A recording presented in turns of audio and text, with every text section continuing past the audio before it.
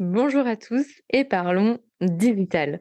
Aujourd'hui, j'ai une question de Laurence qui me demandait comment recommuniquer sur LinkedIn.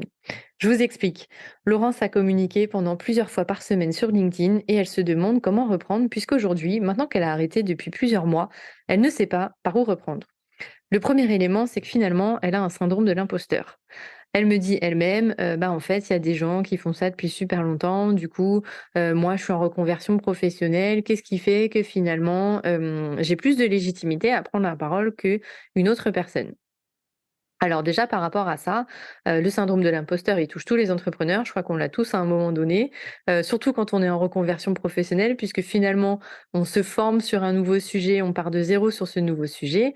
Néanmoins, c'est justement votre force, c'est que vous vous êtes formé, vous avez creusé ces sujets et donc vous avez un niveau d'expertise, en tout cas, vous avez vraiment creusé cette problématique et donc vous allez pouvoir apporter, bah, ce que vous avez appris à votre audience. Et ce qui va faire votre légitimité, eh bien, c'est d'avoir des clients, c'est de creuser peut-être d'autres sujets, de lire énormément sur ce sujet et de pratiquer évidemment votre métier. À partir du moment où votre business il est établi, vous avez des clients, il y a plus de syndrome normalement de l'imposteur qui devrait exister et du coup reprendre la parole sur LinkedIn ne devrait plus être un frein en tout cas par rapport à ce syndrome de l'imposteur. Il y avait un deuxième frein, de la part de Laurence qui était, de quel sujet je vais parler? Effectivement, si vous n'avez pas de stratégie, ça va être compliqué et c'est ce qui l'a cramé finalement pendant sa communication précédente, c'est qu'elle avait posté 2 fois par semaine, mais sans aucune stratégie. Il faut savoir que si vous n'avez pas une stratégie d'établie, bah, vous allez poster pour poster et à un moment donné, bah, vous allez plus savoir de quoi parler. Donc c'est super important de définir une stratégie. Définir une stratégie, c'est quoi? C'est se dire: «J'ai des objectifs à atteindre et ces objectifs, je vais les nourrir avec ma stratégie de contenu». Par exemple, ma stratégie, c'est d'être experte dans un domaine et d'être reconnue, en tout cas, en tant que professionnelle dans ce domaine-là. Si c'est votre stratégie, vous allez développer du contenu en adéquation avec cette stratégie. Ça va être de la pédagogie, ça va être d'expliquer votre métier, ça peut être de l'informationnel, enfin, vous allez enfin, de l'informatif. Vous allez pouvoir donner toutes les informations, en tout cas que vous avez engrangées bah, dans votre expertise, dans votre recherche, peut-être même dans votre conversion. Souvent, on sous-estime le pouvoir que peut avoir la communication sur la reconversion et toutes les personnes qui n'osent pas franchir ce pas et qui du coup lisent ce contenu en se disant: «Ah, elle l'a fait, ah, comment elle l'a fait? Ah, c'est super, elle a fait comme ça, ah, elle a fait cette formation, telle école» et cetera.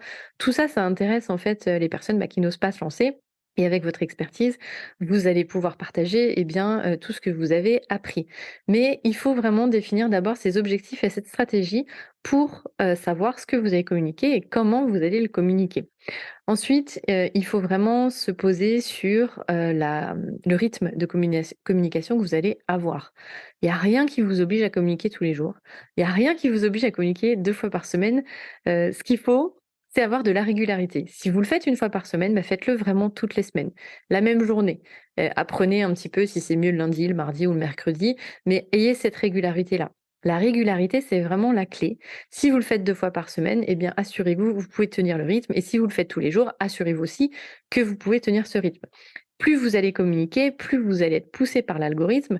En revanche, si vous n'avez pas de stratégie, vous n'aurez pas nécessairement les résultats, bah, que vous attendiez, à savoir soit gagner en notoriété, soit avoir plus de clients. Donc c'est vraiment important de savoir où vous voulez aller. Ensuite, évidemment, il y a plein de stratégies de contenu qui existent. On va vous parler, du tunnel de vente avec le tofu, mofu, bofu. On peut vous parler, de la méthode AIDA pour rédiger vos posts. On peut vous parler de la méthode Soncas. Il y en a plein.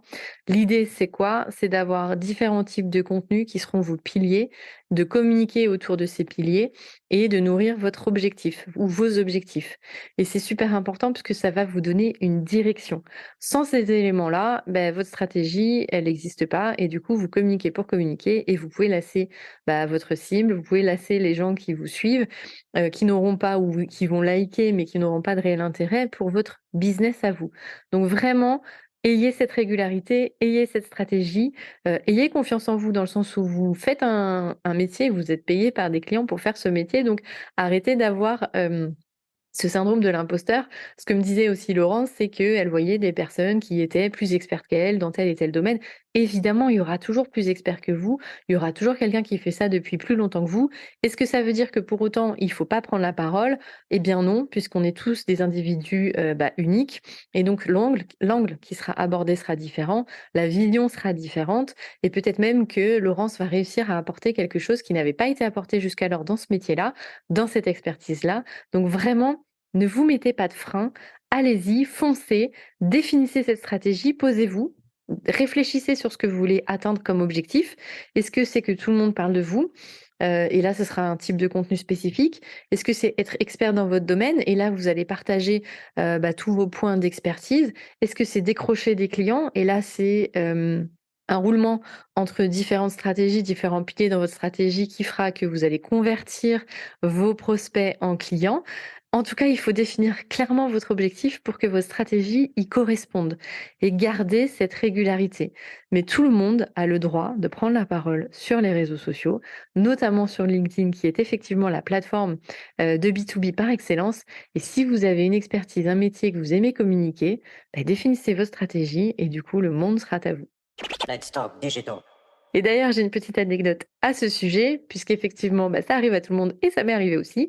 J'ai réalisé un challenge dans lequel je me suis plongée à corps et à cri pendant un mois, où j'avais zéro stratégie, j'avais qu'une idée en tête, c'était communiquer et booster ma visibilité. Alors j'ai boosté un peu ma visibilité, mais finalement, c'est quand j'ai défini ma stratégie que je me suis dit, bon, on arrête de communiquer pour communiquer, c'est quand on se pose, qu'on définit ses objectifs, qu'on les atteint ou pas. Et si on les atteint pas, évidemment, ça se retravaille. Mais c'est vraiment en faisant cet exercice que ça m'a permis d'avoir des clients grâce à ma communication sur LinkedIn. Au revoir à tous et merci d'avoir écouté cet épisode.